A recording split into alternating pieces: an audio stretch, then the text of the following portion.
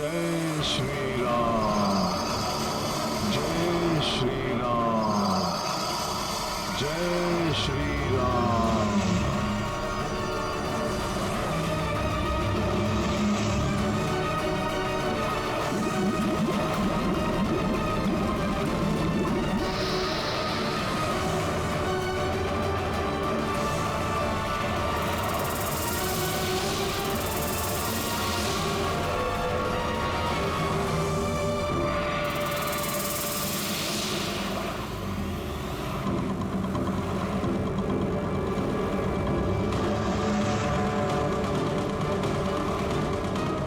इस जल में हलचल हो रही है, किंतु मुझे जड़ी बूटियां चाहिए, इसलिए मैं नेत्र नहीं खोल सकता। किसी जलचर ने मेरा पांव पकड़ लिया है। कुछ भी हो जाए, किंतु नेत्र नहीं खोलूंगा मैं। हे जलचर, मैं राम काज हेतु शुद्धि स्नान करने आया हूं, अतः मेरे कार्य में बाधा मत बनिए आप। मैं आपको कोई क्षति नहीं पहुंचाना चाहता हूं।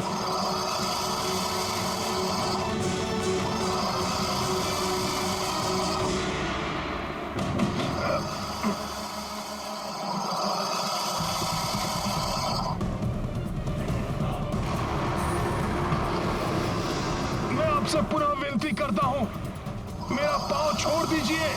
मैं आपसे युद्ध करने नहीं आया हूं।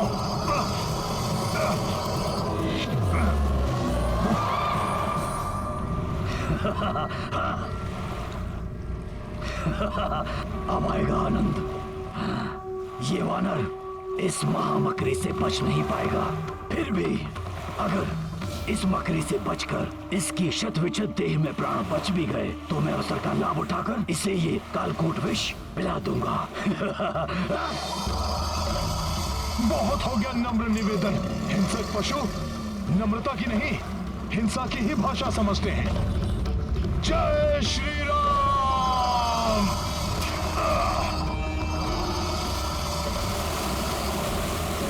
ये मकरी राक्षसी इतना शीघ्र परास्त नहीं होने वाली। मूर्ख वानर, तुम बच नहीं पाओगे इससे।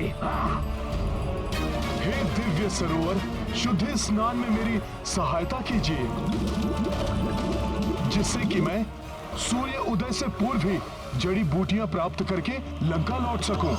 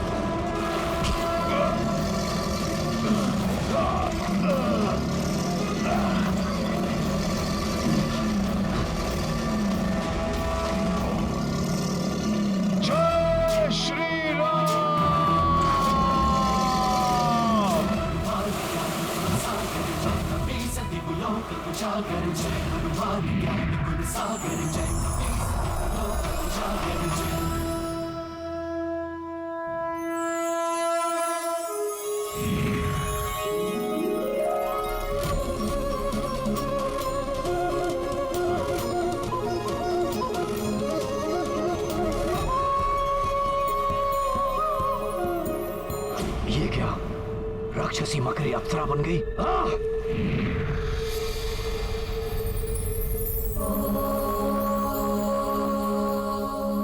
कौन है देवी? और ये सब क्या माया है? मैं अप्सरा धन्य मालिनी हूँ। प्रजापति दक्ष के श्राप के कारण मकरी बन गई थी। मेरा उद्धार श्री राम के सच्चे भक्त के हाथों ही होना था। मुझे श्राप मुक्त करने के लिए आपका धन्यवाद राम भक्त हनुमान। धन्यवाद का पात्र मैं नहीं, वो ऋषिवर हैं। उन्होंने ही मुझे सरोवर में भेजा, जिससे कि मैं ये शुद्धि स्नान के पश्चात दिव्य जड़ी बूटियां प्राप्त कर सकूं। क्षमा करें हनुमान जी, जड़ी बूटियां प्राप्त करने के लिए ऐसी कोई प्रक्रिया नहीं है और ना ही यहाँ किसी ऋषि का वास है। श्री राम का नाम लेकर आपको भटकाने वाला वो बहरूपिया ऋषि नहीं, लंकेश रावण के द्वारा भेजा गया मायावी राक्षस कालनेमी है, जो राम कार्य में सहायता नहीं बाधा उत्पन्न करने आया है। यदि मेरे पास समय का अभाव न होता तो उस राक्षस को उसकी करनी का अभी दंड देता मैं।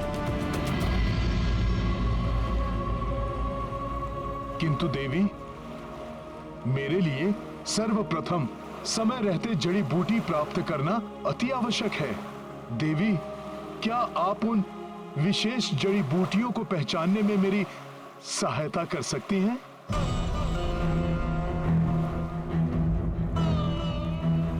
आपके उपकार के प्रति फलस्वरूप आपकी सहायता करके मैं स्वयं को भाग्यशाली समझती, किंतु दुख है कि मैं इस राम काज में आपके लिए मात्र शुभकामना ही कर सकती हूँ, अन्य कुछ नहीं। मुझे क्षमा करें। प्रणाम।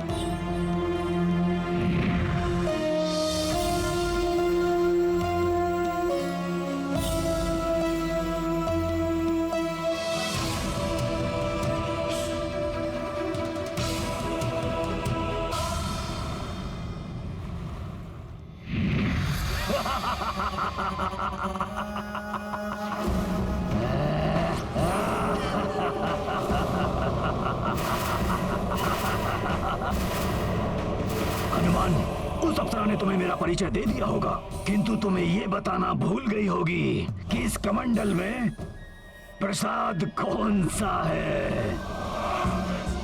इस कमंडल में धन्वंतरी का जल नहीं है, इस कमंडल में है महाकालिया नाग का कालकूट विष, जिसे अब मैं इस सरोवर के जल में मिलाने जा रहा हूँ, जिसके मिलते ही इसका सारा जल विषाक्त हो जाएगा। यहाँ के सारे जलचर, तुम, वन्य पशु पक्षी सब क्षण भर में समाप्त हो जाएंगे। और एक बात और, जिन जड़ी बूटियों को तुम प्राप्त करने इस हिमालय क्षेत्र में आए हो, वो सब नष्ट हो जाएंगी, सब नष्ट हो जाएंगी। जिन जड़ी बूटियों को तुम प्राप्त करने इस हिमालय क्षेत्र में आए हो, वो सब नष्ट हो जाएंगी, सब नष्ट हो जाएंगी।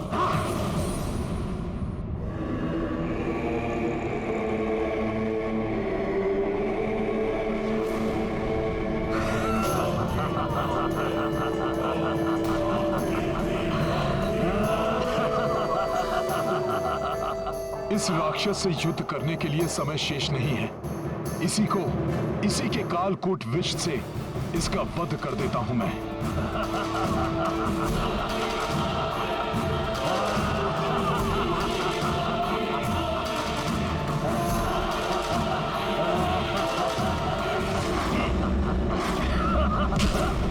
अब कुछ नहीं हो सकता हनुमान, जो करना था काल ने कर दिया। तुम्हारा प्रसाद तुम्हें ही ग्रहण कराता हूं अभी।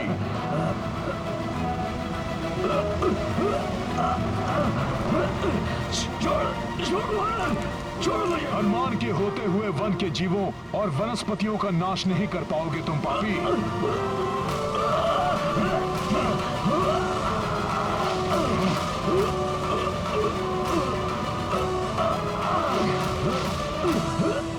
धन्वंतरी जी का प्रसाद है ना, तो फिर पान करो इसका। कालिया नाग का विष, कालकूट विष।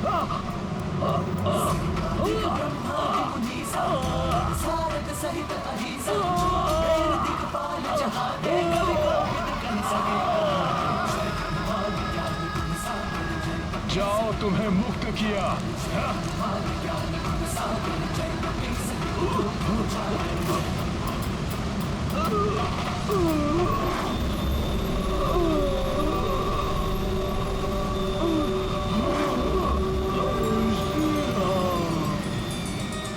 रामकाज में बाधा किए राक्षस तो समाप्त हो गया, किंतु मेरी दुविधा अभी तक समाप्त नहीं हुई। मैं पहचानूं कैसे उन जड़ी बूटियों को? समय भी व्यतीत होता जा रहा है, क्या करूं मैं?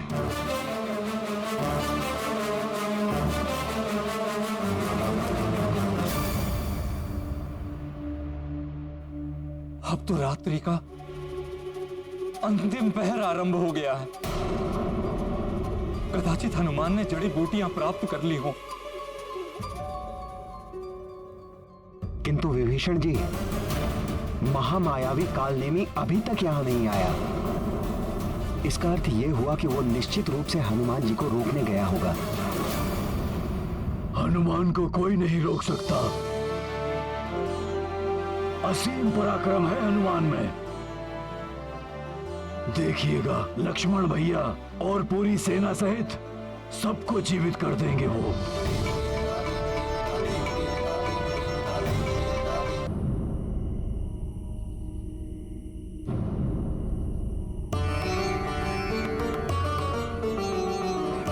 कौन कौन सी है वो विशेष जड़ी बूटियां, कैसे ज्ञात करूं मैं?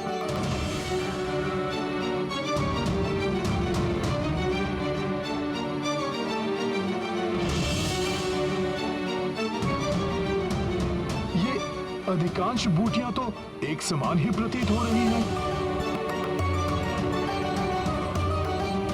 यदि इनमें अंतर ढूंढ भी लूं, तो कैसे ज्ञात होगा कि ये कौन सी जड़ी बूटी है? वहां सब मेरी आस लगाए बैठे होंगे और मैं बूटियां ही नहीं पहचान पा रहा हूं।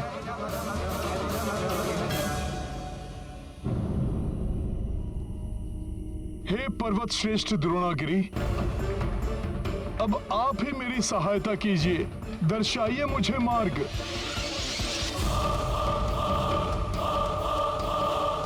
समय तो व्यतीत होता जा रहा है, कहीं सूर्योदय की बेला आ गई तो बड़ा अनर्थ हो जाएगा। भैया लक्ष्मण सहित पूरी सेना के प्राण संकट में पड़ जाएंगे। मुझे शीघ्र ही कोई निर्णय लेना होगा।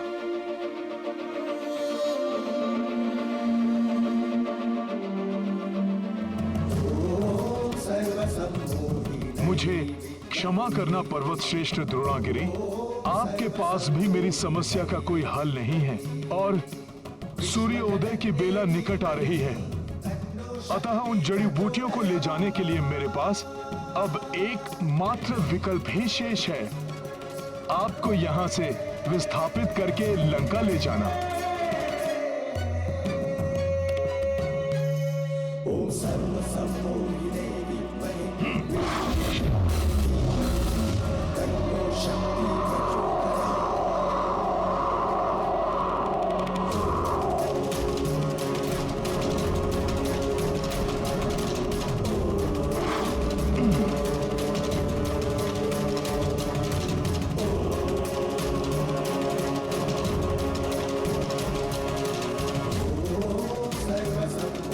विशाल पर्वत द्रोणागिरी, अब आपका यहां से विस्थापित होने का समय आ गया है। इस पर्वत पर स्थित पशु पक्षियों रामकाज के लिए ऐसा करना आवश्यक है हमें। अतः आप सबको होने वाली असुविधा के लिए मुझे क्षमा करें।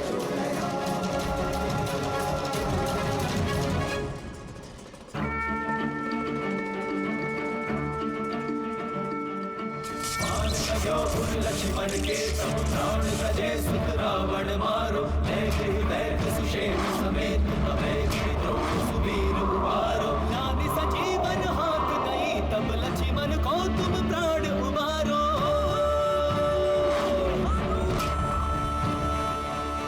को नहीं जानत है जग में कभी संकट मोचन नाम तिहारो। को नहीं जानत है जग में कभी संकट मोचन नाम तिहारो।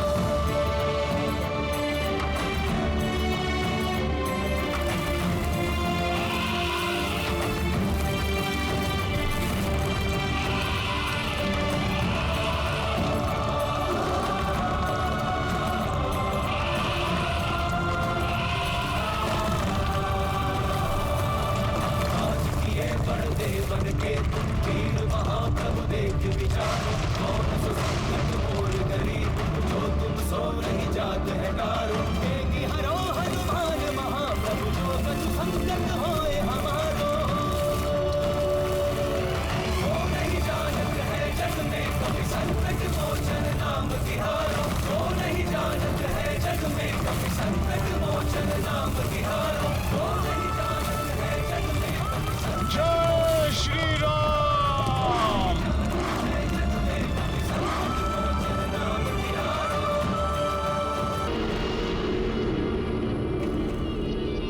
क्या सोच रहे हो? जल ग्रहण करो हनुमान। ऋषिवर, जब आप दिव्य दृष्टि से सब देख ही रहे हैं तो आपको यह भी ज्ञात होगा कि रामकाज के मध्य में हनुमान ना तो विश्राम करता है और ना ही जल ग्रहण करता है गुरुदेव। हाँ, मुझे ज्ञात है हनुमान, परंतु इसे साधारण जल मत समझो। ये धन्वंतरी जी के कलश का जल है। ऐसा कहो कि एक प्रकार से ये उनका अमृत प्रसाद है और प्रसाद ग्रहण नहीं करना प्रसाद का अपमान है। इसलिए जल ग्रहण करो वत्स। क्षमा करें मुनिवर, मैं इसके लिए धन्वंतरी जी से क्षमा प्रार्थना कर लूंगा, किंतु मैं इसकी एक बूंद भी ग्रहण नहीं कर सकता गुरुदेव, फिर चाहे ये अमृत ही क्यों ना हो। गुरुदेव, आप बस मेरी एक ही सहायता कर दीजिए। इन जड़ी बूटियों से मुझे मृत संजीवनी, विश्वकर्णी, सुवर्णकर्णी एवं संधानी आदि जड़ी बूटियां चाहिए। बस गुरुदेव, इनकी पहचान करा दीजिए मुझे। ये वानर इस प्रकार नहीं मानेगा। मुझे द्वितीय युक्ति का प्रयोग करना होगा। ऋषिवर, आप क्या सोच रहे हैं? कृपया मेरी सहायता कीजिए।